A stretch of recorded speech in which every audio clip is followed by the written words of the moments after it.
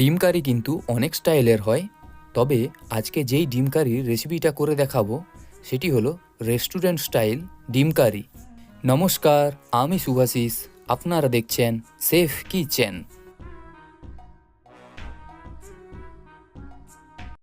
সর্বপ্রথম আমি ডিম সেদ্ধ করে নেব, তার জন্য এরকম একটা প্যান নিয়ে নিয়েছি।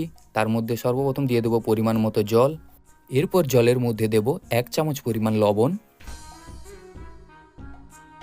জল যখন খুব ভালো পরিমাণে গরম হয়ে যাবে, এর মধ্যে অ্যাড করব 2 চামচ পরিমাণ মতো ভিনিগার। আমি জলের মধ্যে এই কারণেই ভিনিগারটা দিলাম, অনেক সময় আমরা ডিম সেদ্ধ করতে গিয়ে ডিম ফেটে যায়, আর ফেটে গিয়ে জলের মধ্যে ঘেঁটে যায়। আর এই ভিনিগারটা দিলে ওই ফাটা অংশটাকে খুব ভালোভাবেই সিল করে দেয়, আর জলের মধ্যে ঘেঁটে যায় না। এরপর ডিমগুলোকে খুব ভালো করে সেদ্ধ করে নেব, আর ডিম সেদ্ধ হতে ম্যাক্সিমাম 12 মিনিটই সময় লাগে। এক পাশে ডিম সেদ্ধ হতে থাকুক, আর এক পাশে গ্রেভি বানানোর জন্য আমি কি ইউজ করছি আপনারা ভালো করে দেখে নিন। আমি দুটো নর্মাল মিডিয়াম সাইজের পেঁয়াজ নিয়েছি। পেঁয়াজগুলোকে অত ফাইনলিভাবে কাটার কোনো প্রয়োজন নেই, ডুমো ডুমোভাবে কেটে নিলেই হবে, কারণ হালকা ফ্রাই করার পর মিক্সার গ্রাইন্ডারে এগুলোকে পেস্ট বানিয়ে নিতে হবে। এরপর 3-4টে রসুনের টুকরোকে খুব ভালোভাবে চপ করে নেব। এরপর নিয়েছি সামান্য পরিমাণ আদা, আর আদাটিকে নর্মালি স্লাইস করে কেটে নেব। আর কিভাবে কাটছি সেটা নিশ্চয়ই আপনারা দেখে বুঝতে পাচ্ছেন।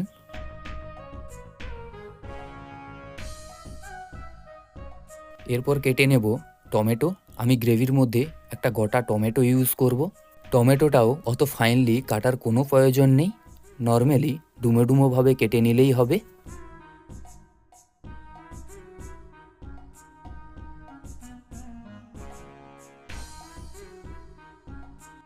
সর্বশেষে ঝালের জন্য দিয়ে দেব একটা চিড়ে নেওয়া কাঁচা লঙ্কা। গ্রেভি বানানোর জন্য সব কিছুকে হালকা করে ভেজে একটু কষিয়ে নিতে হবে। দিলাম পরিমাণ মতো তেল, তার মধ্যে অ্যাড করলাম কুচনো আদা। আদাগুলো এই কারণেই প্রথমে দিলাম, আদাগুলো ভাজতে একটু সময় লাগে, সেই জন্য। হালকা যখন ভাজা ভাজা হয়ে যাবে, তারপর এর মধ্যে অ্যাড করব কুচিয়ে রাখা রসুনের টুকরোগুলো। রসুনটাকেও খুব ভালো করে একটু ভেজে নিতে হবে। আদা আর রসুন খুব ভালো করে যখন ভাজা হয়ে যাবে আর হালকা ব্রাউনিশ ভাব এসে যাবে, সেই সময় আমরা অ্যাড করব কেটে রাখা পেঁয়াজের টুকরোগুলো। এর সাথেও পেঁয়াজটাকে খুব ভালো করে ভেজে নিতে হবে।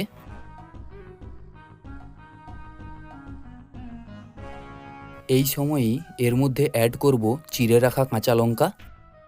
সব কিছু যাতে তাড়াতাড়ি সেদ্ধ হয়ে যায়, তাই জন্য এই মুহূর্তে অ্যাড করব সামান্য পরিমাণ লবণ। এরপর এর মধ্যে দিয়ে দেব কালারের জন্য 1 চামচ পরিমাণ কাশ্মীরি লঙ্কার গুঁড়ো।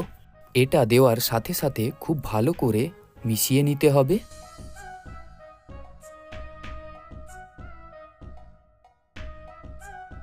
খুব ভালো করে খেয়াল রাখবেন, গুঁড়ো মশলা দেওয়ার পর মশলা পুড়ে যাওয়ার খুব একটা ভয় থাকে, তাই জন্য আমি সেই মুহূর্তে অ্যাড করলাম কেটে রাখা টমেটো, যাতে মশলা না পুড়ে যায়। কারণ টমেটো দেওয়ার পর টমেটো থেকে জল বেরিয়ে আসে, আর মশলাটা পুড়ে যাওয়ার ভয় থাকে না। এরপর এর মধ্যে অ্যাড করব খুব সামান্য পরিমাণ জল। জল দিয়ে এটিকে খুব ভালো করে নেড়ে একটি ঢাকনা দিয়ে কিছুক্ষণ রেখে দেব। 2 থেকে 3 মিনিট পর ঢাকনাটা খুলে দেখব মশলাটা কতটা কষানো হয়েছে, আর তার সাথে সাথে কতটা জুসিও হয়েছে। এইখানে একটাই মূল উদ্দেশ্য, সেটা হলো টমেটো ঠিকঠাক নরম হয়ে গলেছে কিনা সেটাই দেখতে হবে। আর টমেটো যদি গলে নরম হয়ে যায় আর কাঁচা গন্ধ চলে যায়, সেই সময়ে আমি করলাম গ্যাসের ফ্লেমটি অফ আর হতে দিলাম ঠান্ডা, এটিকে পেস্ট বানিয়ে নেওয়ার জন্য। এপাশে ডিমগুলো পারফেক্টলিভাবে সেদ্ধ হয়ে গেছে। আমি ডিম সেদ্ধর জলটাকে ফেলে দিয়ে এর মধ্যে অ্যাড করলাম ফ্রিজের ঠান্ডা জল। তারপরে এর মধ্যে অ্যাড করলাম কিছু আইস কিউব, আর না হলে নর্মালি ঠান্ডা জল দিয়ে রাখতে পারেন। ঠিক 3 থেকে 4 মিনিট পর জল থেকে একটা একটি ডিম নিয়ে ঠিক এইভাবে খোলাগুলোকে ব্রেক করে আবার ওই জলের মধ্যে ডুবিয়ে রেখে দেবেন। এই পদ্ধতিতে সুবিধা এটাই যে ডিমের খোসা ছাড়াতে গিয়ে অনেক সময় ঠিকঠাকভাবে খোসা ছাড়ানো হয় না। ঠান্ডা জলে ডুবিয়ে রাখলে ডিমটা অনেক ভেতর থেকে গুটিয়ে যায় আর খোসাটা আলগা হয়ে যায়। এরপর খোসাটা হালকা করে ভেঙে নিয়ে আবার যে জলের মধ্যে ডুবিয়ে রাখলাম, ওই ভাঙা অংশ দিয়ে ডিমের মধ্যে জল প্রবেশ করে, এর ফলে খোসাটা দুর্দান্তভাবে ছাড়ানো হয়। এরপর একটা কাঁটা চামচ নিয়ে ডিমের মধ্যে হালকা হালকা করে ফুটো করে নেব, যাতে এর মধ্যে ফ্লেভারটা প্রবেশ করে। কিন্তু আমার মনে হয় না যে কোনো ডিমের মধ্যে ফ্লেভার যায়, এটা শুধু মনকে সান্ত্বনা দেওয়া। এইবার ডিমগুলোকে ভেজে নেব। ডিম ভেজে নেওয়ার জন্য সর্বপ্রথমে দিলাম তেল গরম হয়ে যেতে এর মধ্যে দিয়ে দিলাম ডিমগুলোকে বেশি ভাজবো না, 30 সেকেন্ড মতো ভাজবো। এর মধ্যে দিয়ে দিলাম সামান্য পরিমাণে লবণ, দিলাম সামান্য কাশ্মীরি লঙ্কার গুঁড়ো, এটা কালারের জন্য। ডিম এই কারণেই কম ভাজছি, অত্যাধিক ভেজে নিলে ডিমের বাইরের অংশটা রাবারের মতো হয়ে যায়, সেটা অতটা খেতেও ভালো লাগে না আর দেখতেও ভালো লাগে না। এবার গ্রেভিটা বানিয়ে নেব। অল্প পরিমাণে জল দিলাম, আপনারা এই সময়ে অয়েল বা বাটার ইউজ করতে পারেন। দিয়ে দিলাম পেস্ট করে রাখা মশলাটা। এরপর মাথায় রাখুন মশলাটিকে খুব ভালো করে কষাতে হবে, যতক্ষণ না মশলা থেকে তেল ছেড়ে দেয় আর মশলার হালকা কাঁচা গন্ধ চলে যায়।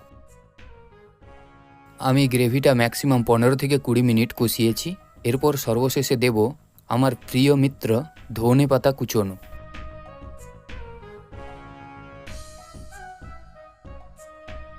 গ্রেভি পারফেক্টলিভাবে একদম কমপ্লিট। এরপরে এর মধ্যে অ্যাড করব ডিম দিয়ে খুব ভালো করে 5 মিনিট মতো কষিয়ে নেব। কষিয়ে নিলেই ডিম কারি কমপ্লিট। এইবার দেখে বলুন তো কেমন হয়েছে রেস্টুরেন্ট স্টাইল ডিম কারি রেসিপিটা। এই রেসিপিটা অবশ্যই বাড়িতে ট্রাই করবেন, আর কেমন হয়েছে কমেন্টে কিন্তু জানাতে ভুলবেন না। নমস্কার, আমি শুভাশিস, আপনারা দেখছেন শেফ কিচেন। দেখা হচ্ছে পরবর্তী একটা ভিডিওতে নতুন একটা রেসিপি নিয়ে।